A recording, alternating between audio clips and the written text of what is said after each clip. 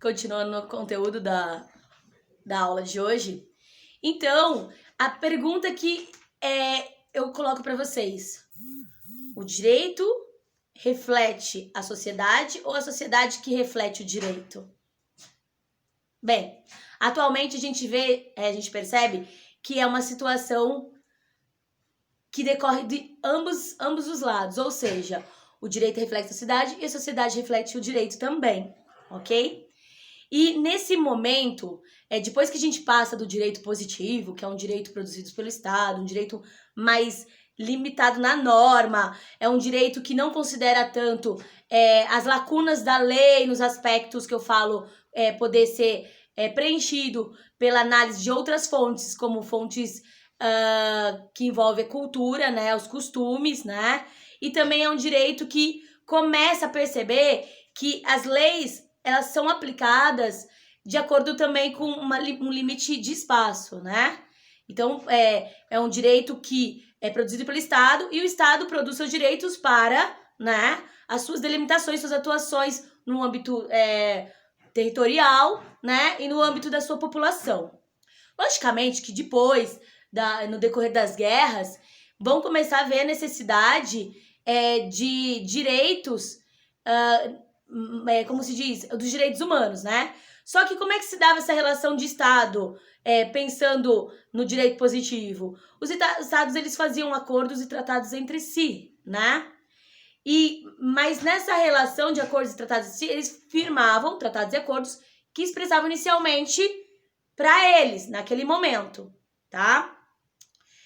No decorrer disso, do processo do direito positivo, a gente vai ter uma outra concepção inicial de direito, né? Uma outra concepção de direito. Depois do direito positivo, aparecem várias teses, né? Aparecem vários autores dialogando e ideologias, pensando no quê? Gente, o direito ele não se resume em si, né?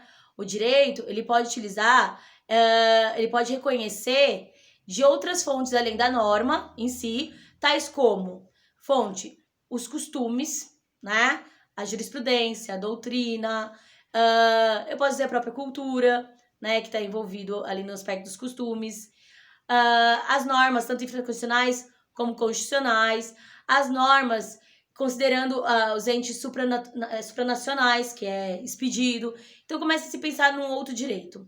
Só que no decorrer desse processo todo, antes de a gente estar chegando num direito que a gente vai poder falar até de Boaventura de Souza Santos, num direito que a gente vai poder falar até das críticas pós-coloniais, né, sobre a produção dos direitos e dos direitos humanos, a gente, quando a gente se preocupa em falar do direito, até a forma que a gente pensa o que é direito reflete, né? Reflete uma concepção, sim, ideológica, ou melhor dizendo, doutrinária ou histórica.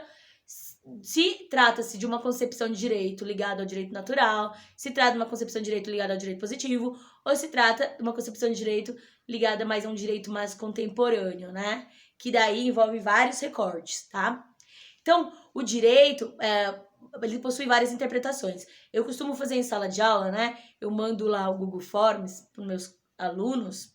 Deixa eu beber um pouquinho de água, porque aqui eu tô em Goiás, né, gente? E o clima aqui, nesse momento, ele tá um clima mais seco. E nesse decorrer do clima seco, eu tenho que cuidar das cordas vocais, porque eu sou professora em vários locais. Então, o termo direito, ele possui várias interpretações, né? Tais como um conjunto de normas, um comportamento de um grupo na sociedade, a busca de fins importantes, o resultado de um processo histórico. Então, o direito inicialmente ele é pensado para organizar a sociedade, né? Ele decorre da necessidade do homem em viver em sociedade. Só que o direito, como ele era pensado, uma definição dele ligada à organização, então pensava-se que o direito era uma ferramenta de organização da sociedade. Gente, hoje, alguns teóricos pensam que o direito é muito mais do que uma forma só de organizar a sociedade, que o direito ele é uma forma de dominação, né? Ele faz parte até de um processo de dominação. O direito também, muitos vão falar que o direito ele vai ter várias finalidades que vão além da organização. E alguns vão entender que não, né? Vão sempre pensar num direito como uma ferramenta neutra, né? Uma ferramenta que como é que falam? Que eu acho muito interessante, né? Apolítica, não ideológica, né? Que não tem viés ideológico.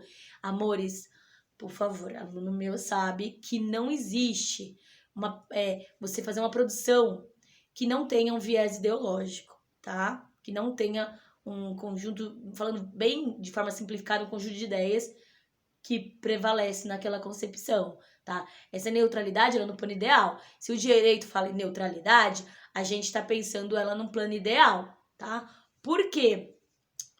Porque no plano real, tá? No plano da prática, essa neutralidade, ela não existe, tá?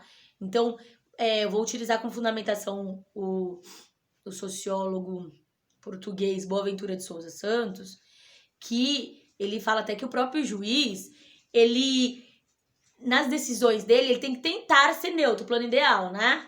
Só que, querendo ou não, aspectos ideológicos, políticos, econômicos, né? Aspectos culturais, aspectos vão interferir na decisão. Mas é um absurdo, pois no plano da prática, né? Boaventura de Souza Santos faz uma pesquisa bem interessante, várias pesquisas interessantes, né? Sobre isso. Então, o objetivo é o quê? É que o juiz tente, para perceber, fazer um controle dessa influência desses aspectos ideológicos, né? Desde as concepções política, econômica, cultural, de classe, que ele venha a motivar suas decisões, né? Nas motivações é que você começa a conseguir fazer um controle, né, desses aspectos, para que não venha exacerbar, ou seja, que não venha interferir dentro dos limites legais, né, na decisão. Então, a motivação, ela tem um caráter, sim, de uma forma de controle dos limites ideológicos, né? Então, é muito interessante, porque quando você analisa as decisões que já tem um olhar no sentido de conseguir ler entre linhas, consegue perceber, nossa, a ideologia, tá? Nesse aspecto. E também a ideologia também decorre até de uma vertente que o juiz adota em relação às decisões, porque ele tem livre convencimento. Temos, sim, nas decisões, pensamentos dominantes, pensamentos majoritários? Temos. E também temos pensamentos que, no caso, não são dominantes, né? Não são majoritários. Então, a decisão do juiz só vai vincular, ou seja, quando houver uma súmula vinculante, né? Ou determinadas, no sentido de vincular, obrigar, tá? Ou também quando está limitada a lei, tá? Só que a própria lei em si, ela pode ter várias interpretações, né? Então, tanto que a gente tem uma disciplina na faculdade, a argumentação hermenêutica, né? Que a gente também estuda sobre as questões das interpretações. O olhar sobre a lei, você consegue destrinchar.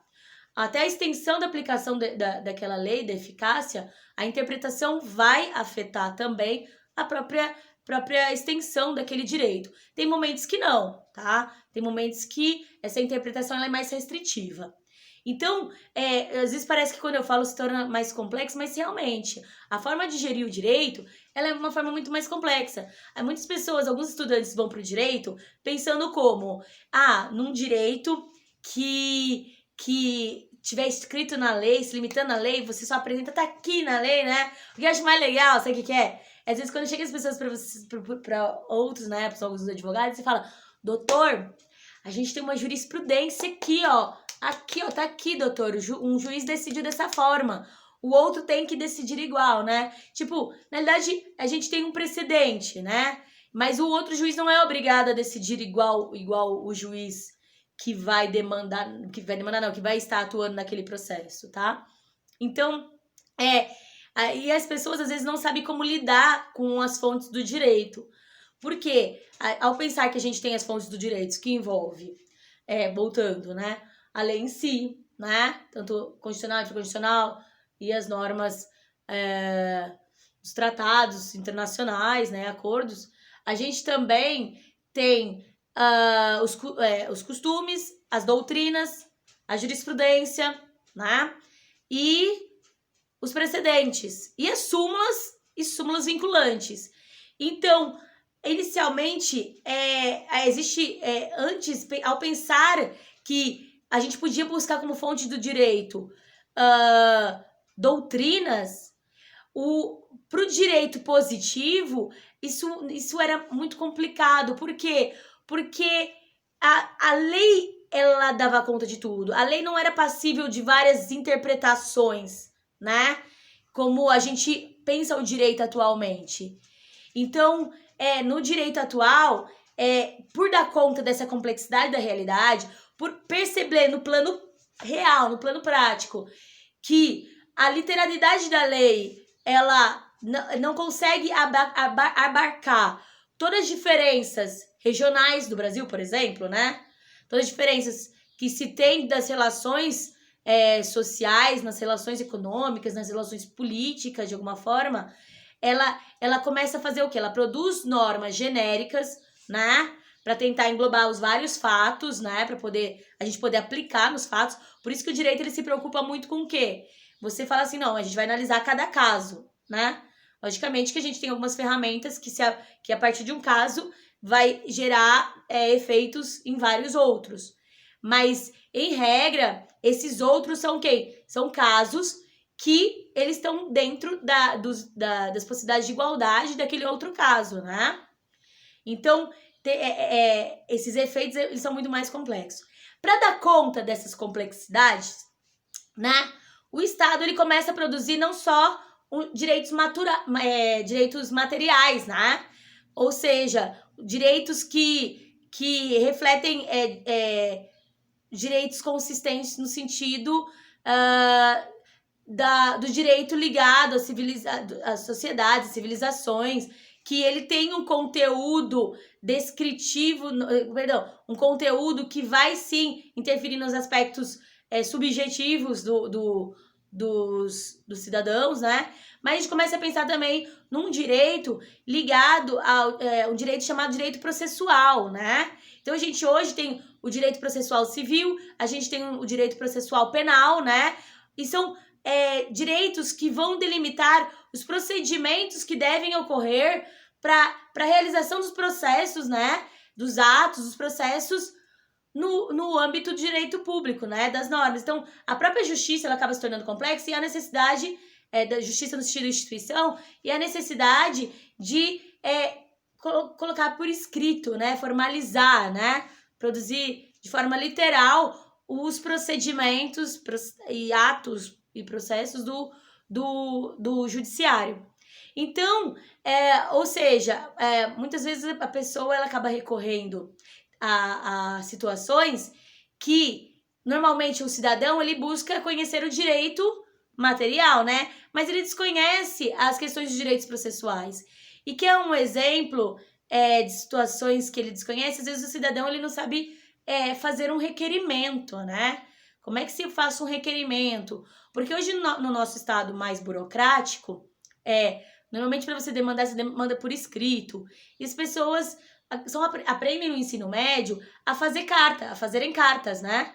E eles às vezes não aprendem a fazer requerimento. A gente aprende a fazer redação, né? Dissertação, tá?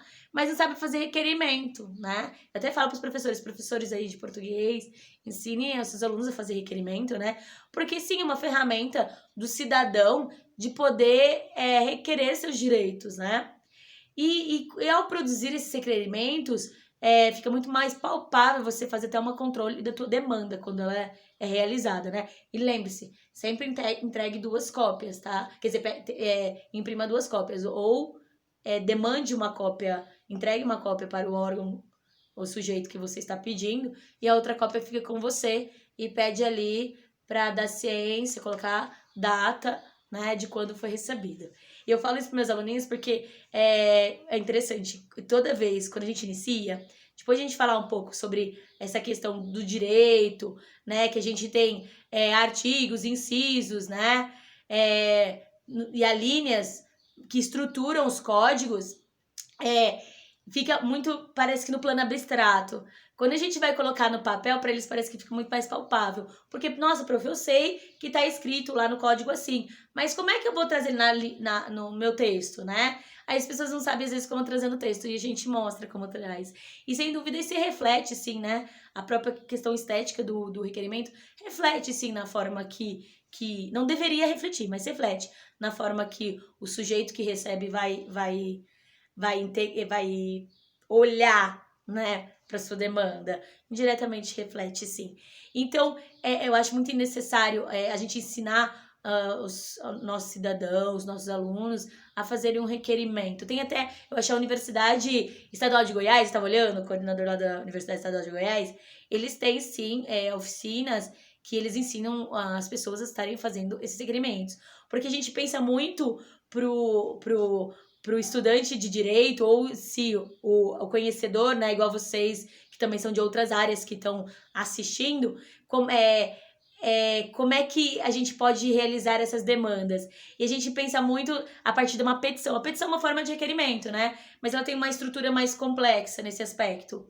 E o requerimento, aí as pessoas, inicialmente eu acho que as pessoas têm que aprender a fazer um requerimento para depois fazer uma petição, né?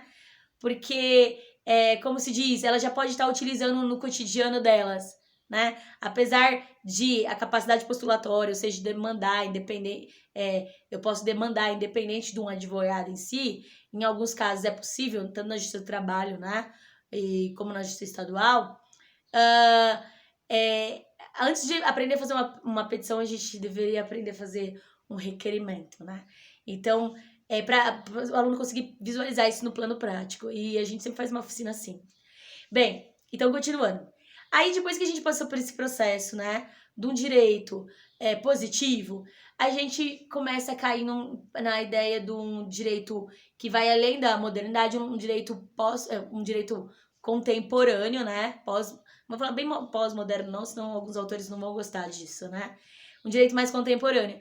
E hoje, o debate que se tem em relação ao direito hoje, e alguns não aceitam, e a prof vai trazer para vocês,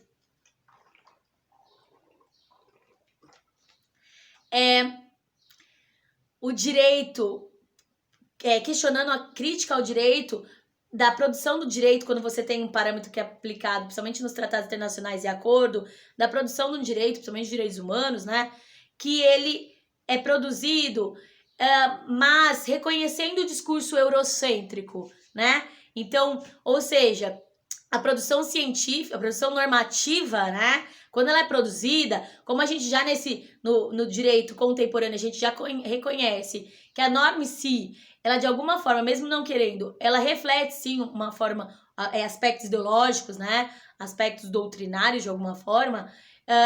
O que acontece no decorrer disso é que ao realizar as normas, tratados dos acordos internacionais, né? Ou seja, a própria norma também do Brasil, que a gente acaba buscando, às vezes, modelos em outros países. Eu acho maior lindo, né? A gente, às vezes, busca modelo em outros países. Vamos lá, a gente vai fazer igual aos Estados Unidos. Vamos aplicar, vamos fazer uma lei igual aos Estados Unidos. Mas as pessoas não consideram os aspectos políticos dos Estados Unidos, os aspectos econômicos dos Estados Unidos, o aspecto cultural dos Estados Unidos e tenta copiar normas, né? Aqui para encaixar aqui no Brasil. E isso reflete-se na estrutura até como um todo, né? E a gente tem esse hábito, às vezes, de fazer isso, tanto que a ideia do terno mesmo, né? O terno a gente trouxe da Europa, né? Então, lá dos países centrais pro Brasil. Só que o Brasil, quando trouxe o terno, o terno deles lá da Europa era muito grosso, né? A gente teve que adaptar para cá. Por quê? Porque nosso clima é muito mais quente, né? E a gente tem uma questão de variação climática muito grande. Então, essa coisa de trazer, importar coisas, sem considerar os aspectos econômicos, culturais, né, sociais, reflete muito aqui. Aí depois as pessoas não conseguem entender por que o efeito daquela norma não foi o mesmo no Brasil, né? Então, aí muitos vão falar o seguinte, mas o estudante do direito ou o conhecedor do direito ou o pesquisador do direito não vai dar conta dessas várias ferramentas. Eu sei, meus amores, eu entendo. O pesquisador não vai dar conta dessas várias ferramentas. Talvez, mas a realidade social é dessa forma. Então, disciplina como sociologia no curso de direito, política no curso de direito, né? Antropologia no curso de direito, busca dar pelo menos uma noção dessas variações. Então, é muito fácil a gente limitar num plano ideal, porque a gente consegue controlar muito mais, né? Como se diz? O nosso objeto. Só que esse controle, ele não é real, tá? Então, é muito mais fácil explicar no plano ideológico algumas situações do que no plano real, né? Ainda mais considerando esses vários aspectos. Então, ou seja, é por isso que estão questionando hoje até a formação dos estudantes do direito no decorrer disso, porque a própria instituição educacional, ela tem sim um reflexo ideológico na tua forma de gerir as disciplinas, né? E nem todas as universidades, eles respeitam a ideia da universalidade de pensamentos, ou seja, perdão, a ideia de diversidade de pensamentos e ideologias, para que o estudante saiba lidar com essas diferenças de pensamento. Aí, quando a universidade, de alguma forma, ela acaba trazendo apenas aspectos dominantes para o curso, né? Ou seja, não sabe trabalhar as vertentes políticas e ideológicas de direito de maneira variada, o que acontece com isso é você formar profissionais que, quando chegam no plano no mercado de trabalho, ou nem precisa estar no mercado de trabalho, que a gente pensa muito no mercado de trabalho ligado às vezes, a direção do lucro, mas eles não sabem lidar com divergência de pensamento. E daí a gente percebe, sim, profissionais que acaba, sim, havendo muitos conflitos no sentido de perseguições, né? No sentido de não saber lidar com a essência da democracia. Então, a democracia ela é pensada na diversidade. E algumas universidades, por até não aceitarem, cuidado, professores com diferentes posições ideológicas, né? Os professores acabam produzindo apenas determinada vertente de ensino, e os alunos não sabem lidar com essas diferenças de pensamento. E isso reflete no processo democrático, tá? E hoje a gente já percebe todo esse conflito que está se tendo, né? Sobre você poder falar do discurso democrático, da norma e da produção científica. E isso reflete muito na nossa essência, assim, como um Estado respeitador, né, dos princípios democráticos. A gente deveria estar buscando ensinar nossos alunos a lidar com a diversidade, né? Mas, como se diz, você, ao não trabalhar a diversidade, você favorecer um grupo, é uma forma de dominação, né? Então, você escolher apenas uma vertente para ensinar seus alunos é uma forma de legitimar uma determinada dominação. Aí eu volto a refletir. O direito, sim, ele é uma ferramenta de dominação, tá? Logicamente que bem usado, né? Bem usado, modo de dizer, estrategicamente usado, né? Porque outra questão que a gente trabalha em aula no primeiro dia. Não existe pessoa boa e pessoa má. Essa caixinha que normalmente a gente herda de concepções religiosas, de uma visão dúbia, né? Entre, só tem duas situações, amigo e inimigo, céu e inferno, bom e mal. Não. Então tem pessoas que, pensando nessa ideia dúbia, que são boas e têm atitudes ruins, e pessoas más que têm atitudes boas, tá? Então, essa caixinha é muito perigosa de você pensar pessoas boas e pessoas más, tá? Bem, então a gente percebeu que o direito, ele é muito mais, extrapola essa ideia de organizar a sociedade, solucionar conflitos. O direito, sim, é uma forma de dominação, tá? E reconhecer isso é poder também depois reconhecer as várias fontes de direitos que está se produzindo no decorrer disso. Bem, então a gente percebeu que, a partir ali do direito positivo, né, começa a haver uma separação entre direito e igreja, e com essa separação de direito e igreja, sem dúvida vai ser uma das fontes, né, de início que tratam sobre o que a gente tem hoje, a concepção de Estado laico, tá? Aí muitos vão falar assim, Estado laico é o Estado que não aceita nenhuma religião. Não, tá? O Estado laico é aquele que não tem uma religião única reconhecida por ele. Ele adota uma religião para isso. Então, por exemplo, não adianta um presidente chegar e falar, agora a nossa religião é evangélica, né? Ou a nossa religião é católica, ou espírita, ou banda. Ou não é religião... Não. O Estado laico é aquele que não adota uma religião, mas respeita todas as religiões, tá? Então, logicamente sabemos que a gente tem, né, nos congressos, as bancadas, as bancadas que a gente fala da Bíblia, né? Do boi, bala e Bíblia, são várias formas de classificar, como se diz, no senso comum, essas bancadas, mas a gente tem essa bancada de forma religiosa. Só que a gente tem que pensar muito nisso, né? Que o Estado ele é laico, né? E ensinar isso, às vezes, para alguns entendem que é como... se eu adotar essa concepção, alguns pensam que é como se eu estivesse não reconhecendo o Deus que eles acreditam. E não é isso, né? Porque, desculpa, eu vou entrar nesse viés, não é à toa que Jesus falava, dá a César o que é de César, né? A Jesus mesmo reconhecia as normas, tá? Que eram produzidas. Então ele falava, se cobra esse tributo, a gente vai respeitar em questão disso.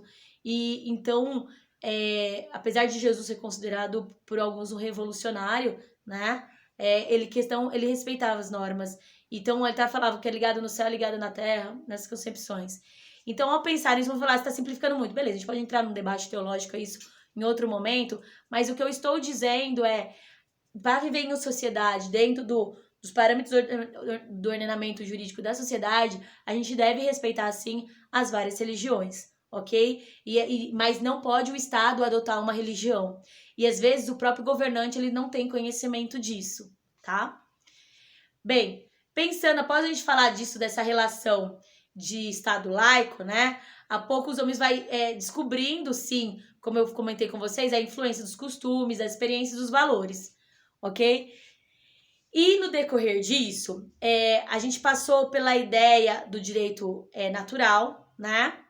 Nas aulas passadas, a prof falou para vocês sobre a ordem primitiva, né? Como é que se configurava a ordem primitiva. Gente, eu tô passando aqui porque às vezes eu acompanho também meu slide. Eu tenho que fazer uma ferramenta, que a gente tá com equipamento ainda novo, né? Que a gente vai clicando e vai acompanhando, né? Então eu tenho que dar conta do meu espaço, do equipamento de luz, né? E das pontuações, né? Porque você tem uma forma de organizar o pensamento, tá ok?